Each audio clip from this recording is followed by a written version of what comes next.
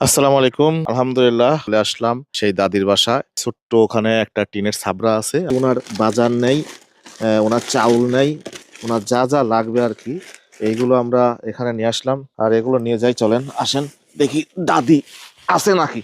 বাবা ওজনও তো আছে। মা গো মা, আগে যাই দাদির ওখানে যাই, দেখি দাদি আছে নাকি। তার একটাই অভিযোগ, চাউল নাই, খাওয়ার কিছু নাই, বাজার নাই, কি খাবে না খাবে।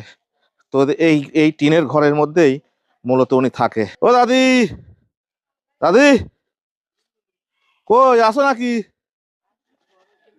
হ্যাঁ, আসো বাবা আসো। আসসালামু আলাইকুম। বাবা ল্যাপের মধ্যে নাকি? ওরে বাবা, ভিতরে ঢোকা যায় না। এদিকে আসো, বাইরে আসো। বিসমিল্লাহ। এই দেখো তোমার জন্য কি নিয়ে আইছি, আসো। দাদি, তোমার বলে চাউল নাই?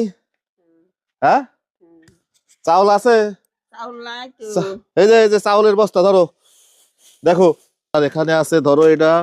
এই যে এখানে সয়াবিন তেল আছে, সরিষার তেল আছে, মাথায় দেওয়ার নারিকেল তেল। নারিকেল তেল লাগে তো নাকি? হ্যাঁ, নারকেল তেল তো লাগে। আর এই যে কাঁচা বাজার আছে, দেখছো? দেখেছি। আর এই যে এখানে বিস্কিট আছে, বিভিন্ন রকমের বিস্কিট আছে। এই যে এদিক নিয়ে আসো, এই যে বিভিন্ন রকমের বিস্কিট আছে, লবণ আছে, এই যে চিনি আছে, এই যে জিরি আছে, মশলা আছে। ওখানে এক বস্তা চাউল আছে, মাছ আছে। ঠিক আছে, তোমার খাওয়ার সমস্যা আপাতত তো একটা মাস চলতে পারবে। হ্যাঁ, 1 মাস চলবে। এই বাজারটা এই মুরব্বিকে করে দেন। তো আমরা আমি কালকে 1,000 টাকা দিয়ে গেছি না তোমাক? আমি ব্যক্তিগত 1,000 টাকা ওনাকে দিয়ে গেছি। তো তোমার আজকে বাজার নিয়ে আসছি আমরা হচ্ছে 3,000, মুদির দোকান থেকে বাজার করে নিয়ে আসছি হচ্ছে 3,065 টাকা। হ্যাঁ, চাউল দিয়ে, এই কাঁচা বাজার বাদে। আর হচ্ছে এইগুলো দিয়ে আমরা 3,065 টাকার বাজার করে নিয়ে আসছি। এদিক নিয়ে আসো।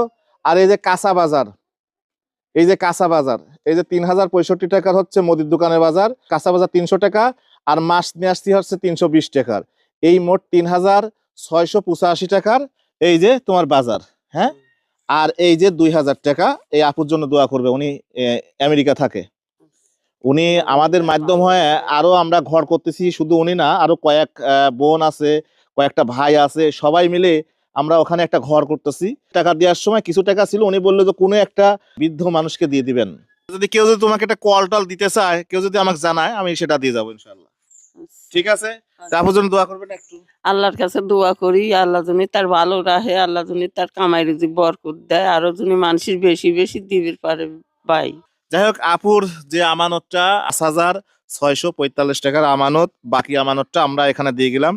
আর আপুর হলো আরো 31,000 টাকা আমরা ঘরের পিছনে কাজ করতেছি, সেটা পুরা হিসেব